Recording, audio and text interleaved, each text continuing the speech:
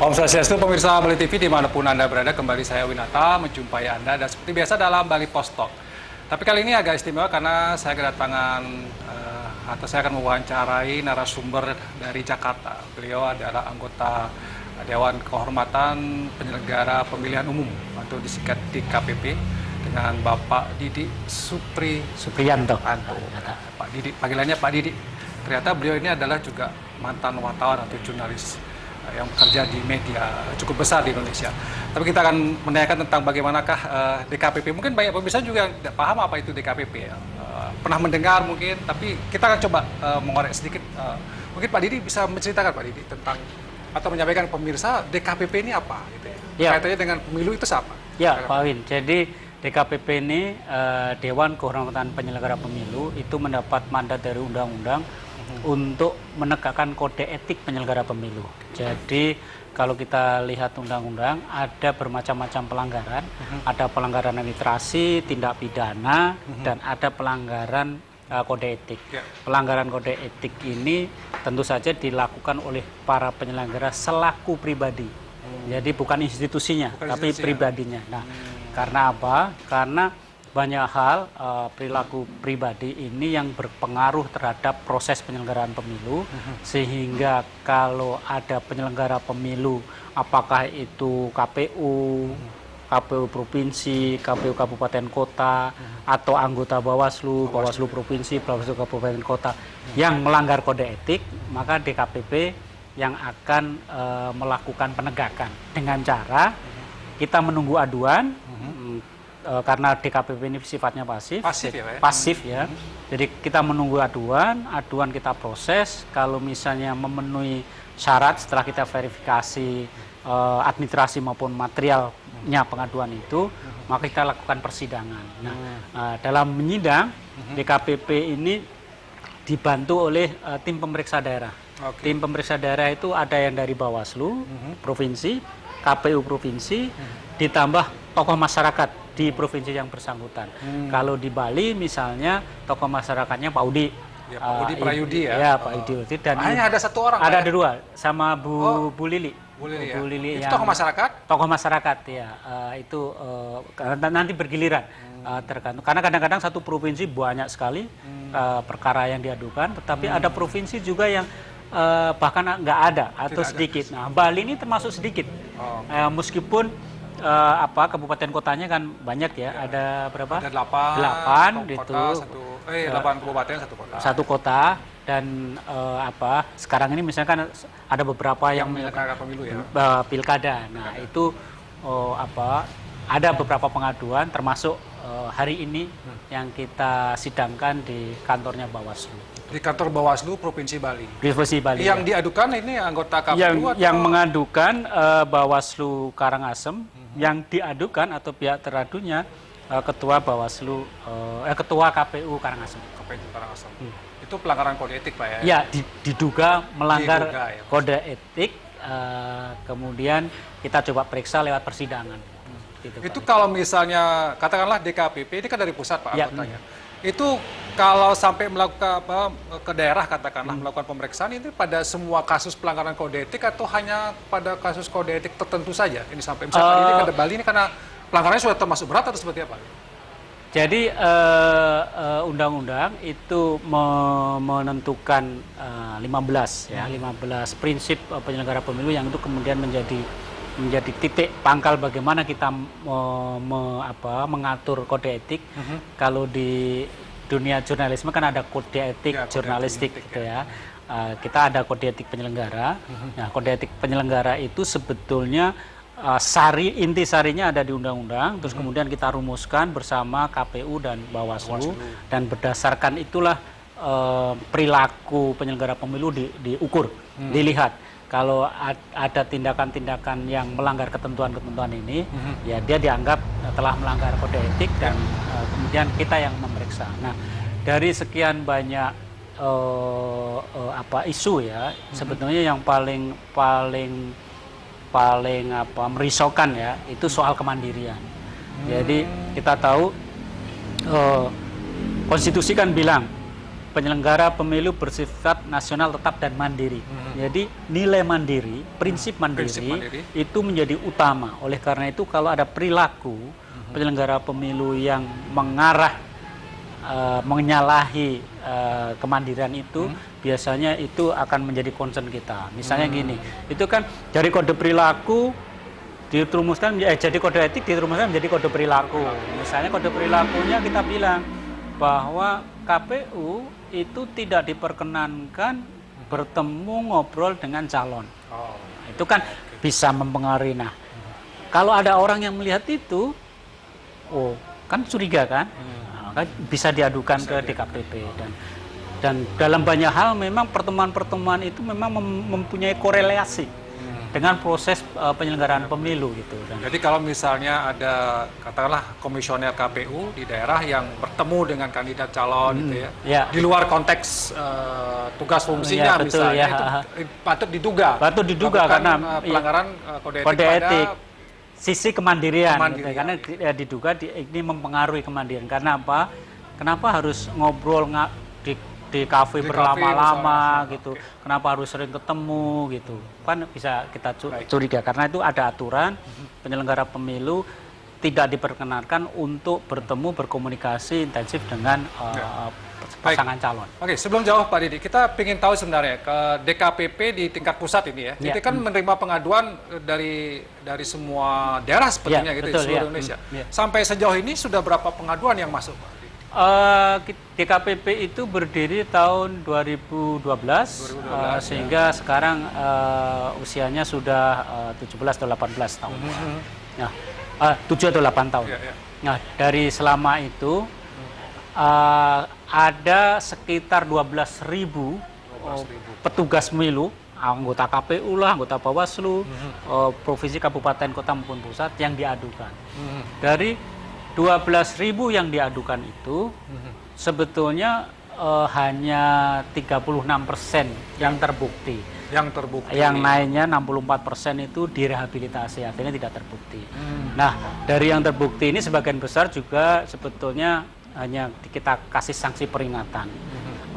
Itu menunjukkan secara keseluruhan sebetulnya penyelenggara pemilu kita baik kinerjanya, baik tingkah lakunya. Bahwa ada kasus di sana sini, yaitu nggak bisa dihindari. Karena itu DKPP selain mengeluarkan peringatan keras, juga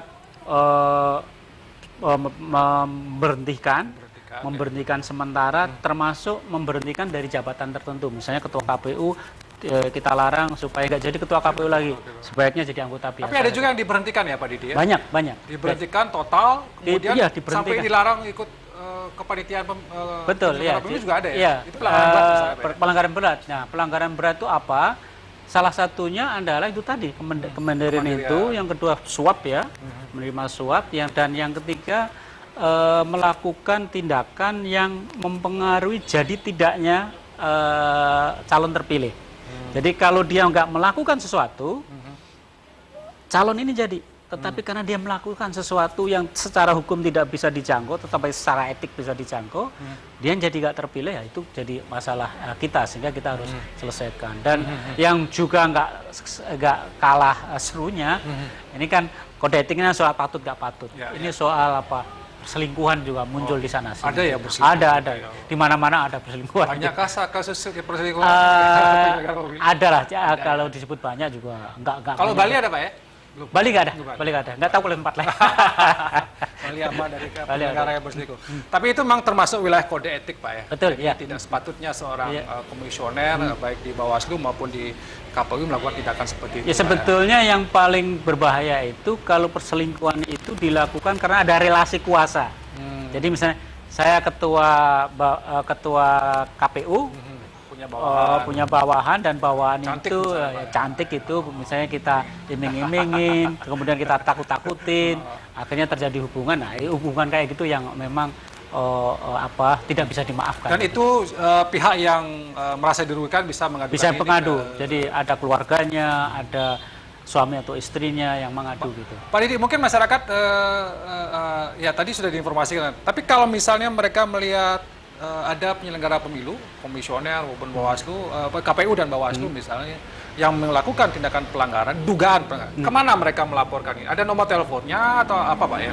Kita ada di DKPP, ada websitenya, ada di Facebook ada, di Twitter ada, di Instagram ada, DKPP, ya. lengkap di Media sosial ada ya, ya, Pak, media ya? sosial Tinggal ada. diklik di itu. Dan kalau kita pengen mengikuti proses persidangan, kita setiap sidang kita live di YouTube dan Facebook. Jadi kita selalu live karena memang salah satu sifat DKPP adalah persidangan selalu dibuka, kecuali ada kasus-kasus tertentu yang memang kita tutup ya. Tapi biasanya kita umumkan itu. Jadi untuk kasus ini kita ada yang tertutup tertutup, ya. Pak, ya. Misalnya tadi soal perselingkuhan, kalau kita mau buka bukti-bukti gitu, Bahaya, nggak Pak, ya. etis ya. Bahaya gitu. Itu biasanya kita titik tertentu kita tutup. Maaf ini sidang kita tutup karena ada foto, ada apa-apa yang harus Oke, kita lihat. baik Pak Didi, kalau kita merujuk ke Bali ini, Bali yang paling katakanlah pengaduan, dugaan pelanggaran kode etik, apa yang terbanyak Pak? Kemandirian tadi? Di Bali sebetulnya ada 2 kabupaten yang Agak rawan gitu lah, Pak. relatif sering ya, sering ada pengaduan. yaitu di Buleleng sama Karangasem. Banyak masalahnya, macam-macam masalahnya. Sebagian terbukti, sebagian juga tidak. Nah, sebetulnya yang ada beberapa kasus yang muncul soal kemandirian tadi, dugaan kemandirian, terus kemudian tidak profesional, karena mengubah atau kerja yang kurang baik, ya, kurang profesional. Dan yang ketiga ini yang juga muncul tidak memenuhi syarat sebagai penyelenggara, karena kan untuk jadi penyelenggara itu misalnya dilarang ini itu, misalnya harus melepaskan semua jabatan, harus mempunyai jasa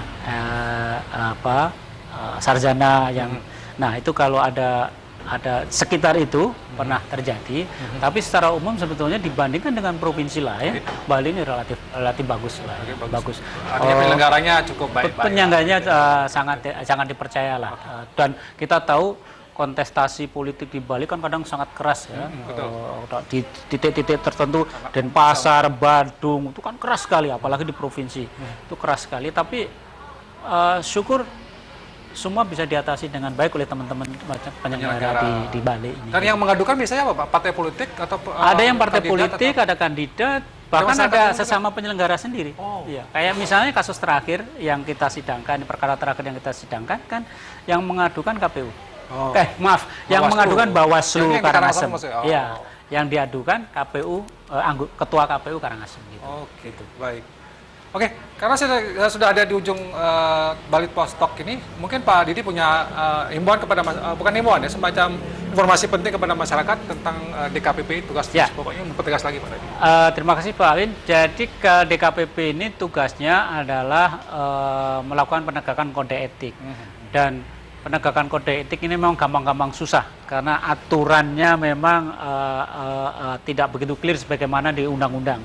Nah, meskipun demikian, dalam perilaku sehari-hari, pengamatan sehari-hari, kita sebagai pemilih, sebagai masyarakat, apalagi kalau sebagai calon, apalagi kader partai politik, itu bisa melihat tindakan, perilaku, bahkan pernyataan penyelenggara pemilu ini patut apa enggak, menyalahi kode etik apa enggak. Nah, kalau sekiranya memang menurut penilaian kita itu menyalahi kode etik, ya udah dilaporkan saja. Kami terbuka, bisa lewat email, lewat media sosial tadi, juga lewat telepon atau datang langsung.